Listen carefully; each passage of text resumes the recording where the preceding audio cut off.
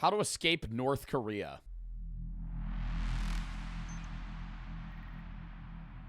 Min Young is 17. She lives in Hyesan, a small town in North Korea. It's located right at the Yalu River, the natural border to China.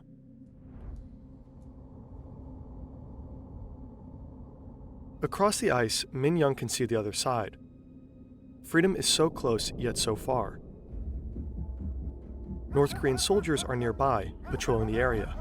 It's so wild to me that they will force people to stay in their country. Like, actively patrolling for you and not letting you leave. And do you think the average North Korean person is... Because I don't know a lot about, like, what the average person lives in North Korea in terms of their mindset. I know what their life is like.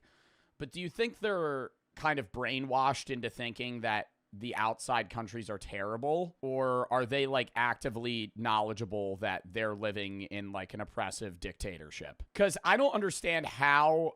If the United States... Like, obviously I want to stay here, right? But if I ever tried to, like, leave the U.S. and they had, like, border guards that, like, kill me because I'm trying to leave, I feel like immediately people would be like, that's weird. You're going to kill me because I'm leaving? Min Young takes a deep breath of cold air. Then she makes her first step onto the ice, not knowing that this will be the beginning. Yeah, I know they don't want them to leave because then they'll spread word about how bad North Korea actually is. Of an incredible 7-year journey.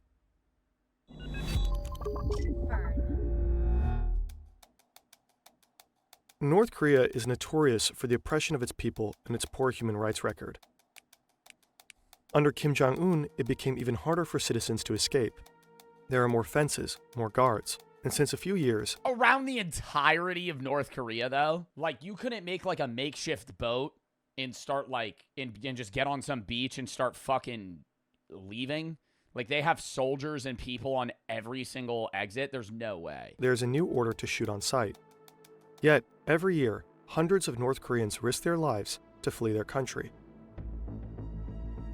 Yeah, because there's people that are like, yeah, I need to get the fuck out of here. So there's no way they're all brainwashed, bro. There's probably some people that are, like, genuinely convinced that North Korea is, you know, the utopia and the rest of the world is a dystopia. But I think a lot of people are like, there's no way this is good. Weeks of grueling desert treks, months in detention camps, and years in hiding, all in the pursuit of freedom. Geographically, North Korea shares borders with Russia, China, and South Korea. Most North Korean refugees want to get to South Korea. There is the shared language and cultural heritage. Like, genuine question, though. Why? I know the people that are in power with Kim Jong-un are obviously going to side with him because then they get to have power and, you know, live a lavish life. But couldn't all of, like, North Korean... If all of North Korean soldiers and all the citizens were like, this shit sucks, and they just genuinely turned on their own government, that would work. It's just they're not all going to do that. But if they somehow were like, yeah, fuck this. Yeah, it's like fear. Like, they're basically fear-mongered into living in the society that they are, and then also just serving Kim Jong-un. Kim would nuke them. He's not going to nuke his own country. Look at the map, the direct route to South Korea might seem the easiest. But in reality, very few manage to escape through this path. Yeah. In between the countries lies this is the most heavily guarded part. A demilitarized zone, and it is one of the most dangerous borders in the world.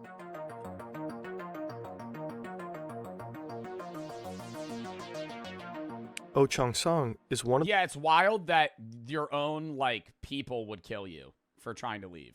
Like, a North Korean soldier standing on the border would shoot you. The ones who managed to get through. In 2017, he made a daring escape through the DMZ. Created after the Korean War, the DMZ is only demilitarized by name. It is heavily fortified with armed guards constantly observing each other. On a quiet Monday afternoon, the tense silence of the DMZ is suddenly disturbed. Someone is trying to escape. Driving a military jeep at high speed, Oh Chang-song races towards the border. Surveillance footage by the South Korean military captures the intense pursuit. He abandons his car and continues on foot. North Korean soldiers fire multiple shots, hitting him several times. But Oh Chang-song manages to cross the demarcation. Like, what the fuck? What the fuck?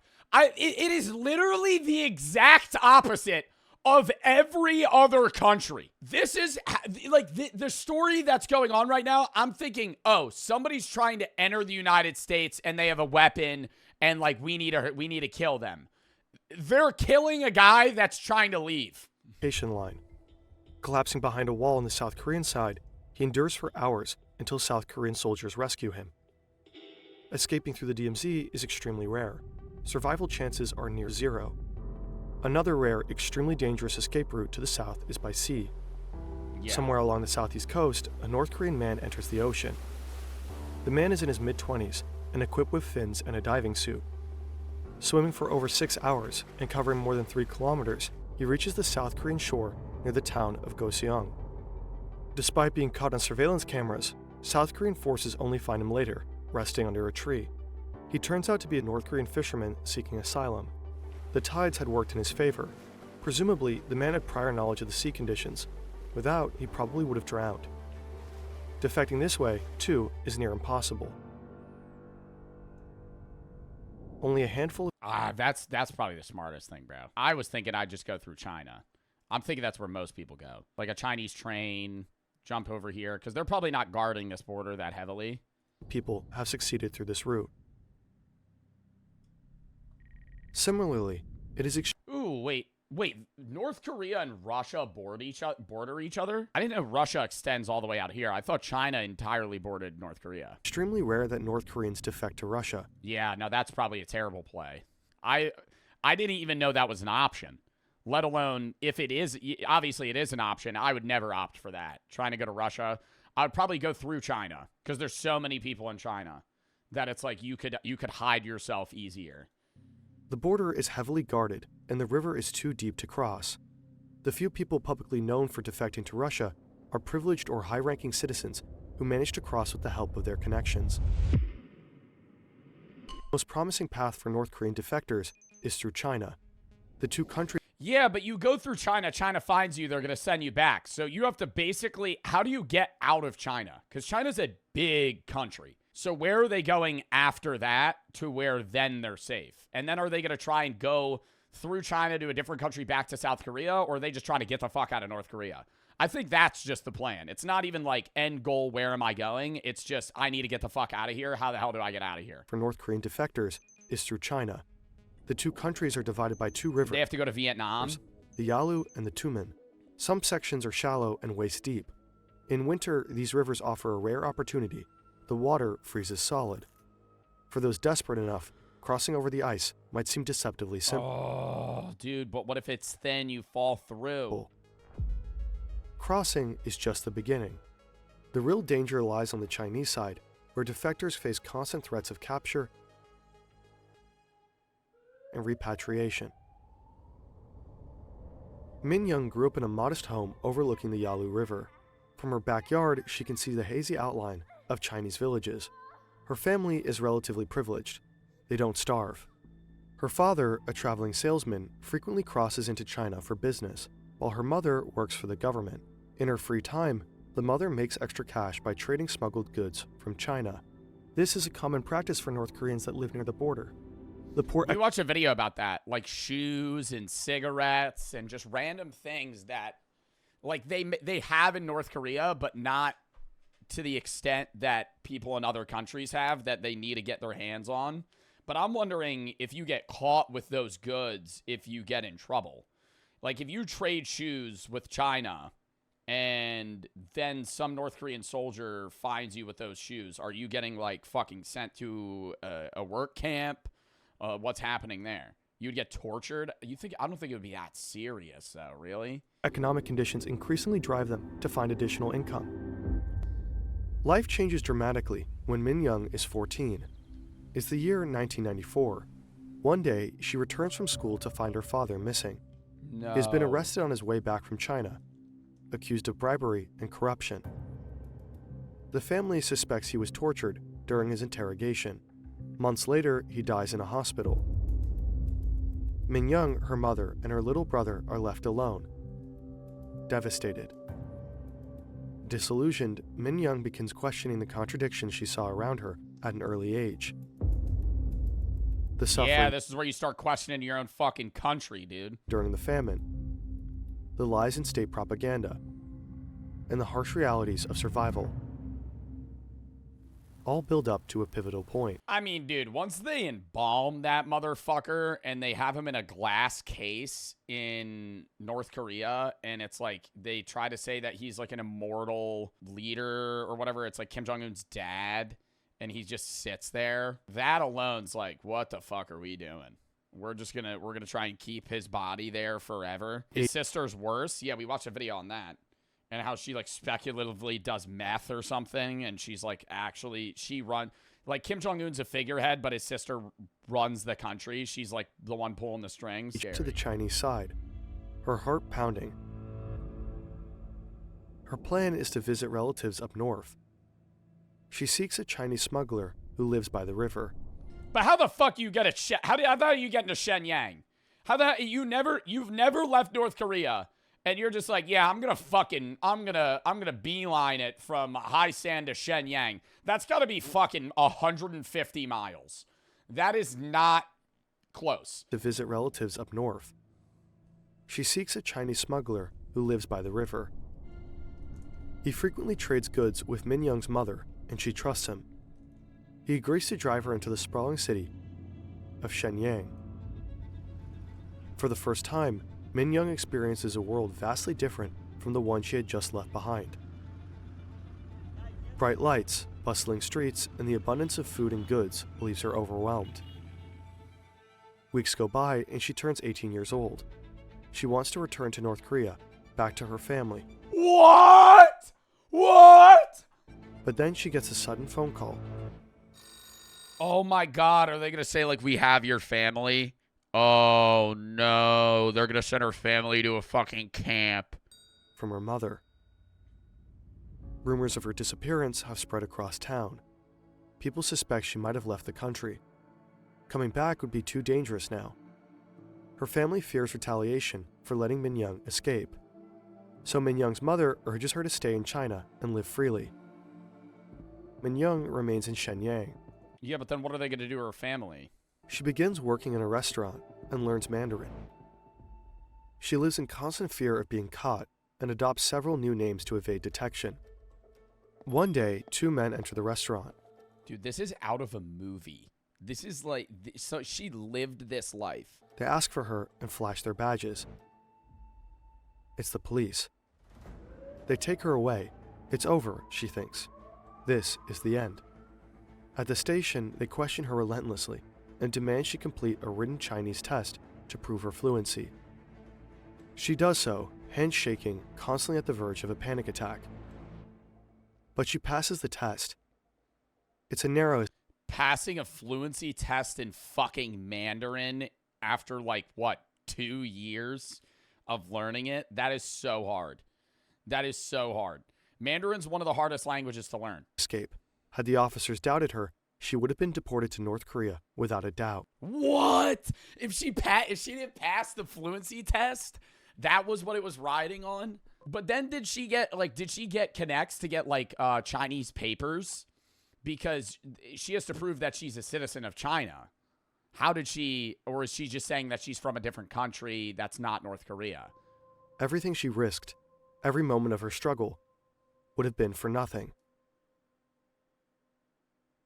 Later, she learns that someone she trusted with her... Korean isn't that different from Mandarin? Bro, just because they're both symbol-based languages doesn't mean that they're similar. Would it be easier as somebody that speaks Korean to learn Mandarin comparable to somebody that speaks English learning Mandarin? Yeah, but it's still learning a new fucking language. Reported her to the authorities.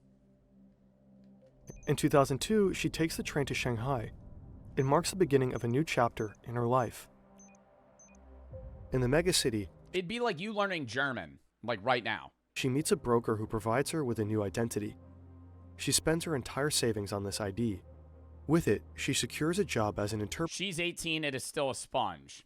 Yeah, your brain's a sponge till you're 25. You're still learning and growing, but the capacity you have to learn languages fluently quickly diminishes after you're like 6. It's not something that you have quick. When you're like 3, 4, 5 years old and you're learning to speak a language for the first time, you can learn 3 languages like that. Like you can, it's no problem. If you just speak it to the kid understands it and they just fucking get it. But after you start after you're like 10 years old, it's not easy to learn a language. In the megacity, she meets a broker who provides her with a new identity. She spends her entire savings on this ID. With it, she secures a job as an interpreter at a South Korean tech company. As she builds her life in Shanghai, she saves money and falls in love with a South Korean man. Isn't South Korean and North Korean different, though, in spoken language now?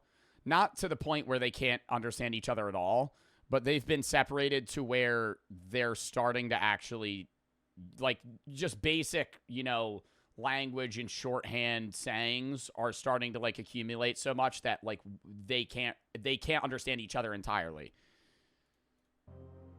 Together, they hatch a plan for her to seek asylum in Seoul, South Korea. After years of hardship, yeah, like Spain Spanish and like Mexico Spanish. Young boards a flight to South Korea. She's so close to freedom. But immigration officers doubt her story. She spends weeks in detention. She is being interrogated over and over again. Then finally, she's granted permanent residency. Wow. She made it. Years later, Min Young uses her savings to arrange the escape of her mother and younger brother. Today, Min Young Did she keep in contact? Oh my God, is that her? Did she keep in contact with them? goes by the name of Hyunshio Lee.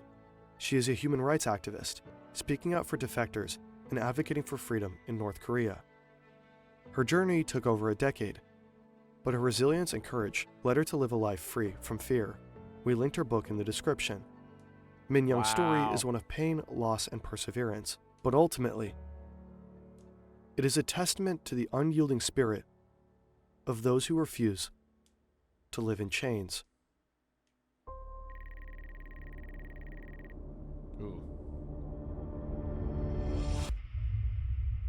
For most North Korean refugees, escaping through China is unavoidable, but the country usually only marks the first stop.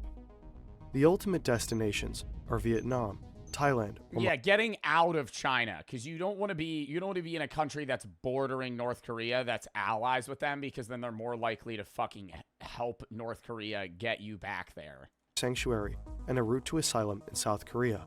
And as terrible as it sounds, many journeys to get there are much more grueling than Hyunshio Lee's. Shiyun grew up near the Tumen River. While her story is fictional, we drew on various sources to paint a realistic picture. Okay. Her family is extremely poor. Shiyun works as a vendor at an unofficial street market. The money she makes is almost entirely spent on food for the family. She once believed her government's promises that the supreme leader would provide for the people. Not anymore. One day, a friend whispers about a Chinese broker who helps people cross the border for a small fee. He promises shelter, food, and even work. To Shiyun, it sounds like salvation. Maybe she could make enough money to provide for her family. Oh my God, is she gonna get fucking sex trafficked? She and her friend agree to meet him. After weeks of preparation, Shiyun and her friend find themselves waiting by the river on a fresh summer night. A shadowy figure emerges. It's the broker. The moon hides behind thick clouds, and the only light comes from the distant glow of Chinese towns across the river. They are ready to cross. The broker leads them through the cold water. Shiyun notices the absence of border guards. Usually there are at least 2 guards patrolling this part of the river. Her guess, the broker has bribed them. On the Chinese shore, a car awaits. The broker insists Shiyun ride ahead alone, claiming her friend will follow in a different car for safety. Numb with adrenaline, Shiyun hesitates, but complies. She hugs her friend, unaware it's their final goodbye. Wait, why are they separating them? As the car drives through the dark countryside, exhaustion overtakes her. Shiyun falls asleep. She wakes to a nightmare. The car has stopped in a remote village. The driver tells her she's meeting her new husband. His words send chills down her spine. This has to be a joke, but no one seems to be joking. Shiyun was deceived. The broker has sold her to a middle-aged farmer. While transiting through China, Many North Korean escapees fall into the hands of human traffickers. And they're sold to men to marry? In the border regions, the traffickers prey on the vulnerable. Promising food and jobs, they target people living in the harshest conditions. Once across the border, hope turns to horror, especially for women. A 2019 South Korean report estimates that 60% of North Korean women in China fall victim to trafficking. Estimated 60% of female North Korean refugees in China are trafficked into the sex trade. Of that number, close to 50% are forced into prostitution, 30% forced marriage, and 15% pressed into cyber sex. Of North Korean women in China fall victim to trafficking, many Oh my forced into sex God. trade. That's For 2 fucking years, terrible, dude. And they're just trying to fucking get out of a shitty situation. Shiyun endures isolation, abuse, and constant surveillance. It feels like a never-ending nightmare. She learns Mandarin in secret and scrapes together money by selling eggs, always planning her escape in the back of her head. One night, Shiyun seizes her chance. With her hidden savings and a few belongings, she escapes. The following weeks, she travels north. She has no plan, no direction, and no one to help her. After months on the run, she stumbles upon a network of defectors in the Koreatown of Beijing. They promise to help her reach Mongolia. Oh my God, are they gonna fucking put her into the sex trade, dude? I'm gonna fucking crash out. Going back to North Korea would make her a traitor. This means torture and death for her and her family.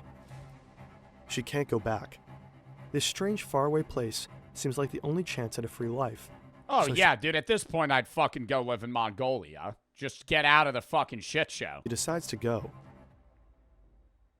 The only thing standing in her way is the Gobi Desert. The size of Peru, it is extremely hostile to humans, freezing nights, scorching days, and no water. Shiyun joins a group of defectors and embarks on a grueling trek. It's wild to me that there could be deserts where it's below fucking 30 at night to where you could genuinely die of like frostbite. And then during the day, it's 110 degrees outside. Days blur into nights as they walk through sandstorms, share sips of water and little food. After days of walking with almost no rest, Shiyun's feet are bleeding. Only the thought of freedom keeps her moving. When they finally reach the Mongolian border, the group spots a few soldiers. A man from their group volunteers and approaches with a bribe. In case things go south, the others are still able to escape undetected.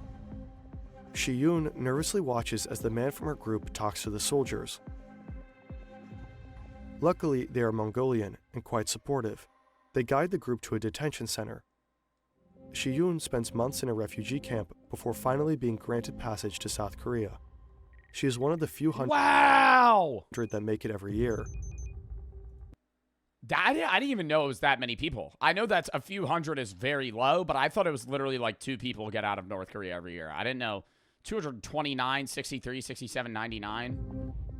One has to wonder how many more North Koreans would leave. If they were able. If only they could. If they were able to leave, I genuinely believe like 30% of the country would get the fuck out of there immediately.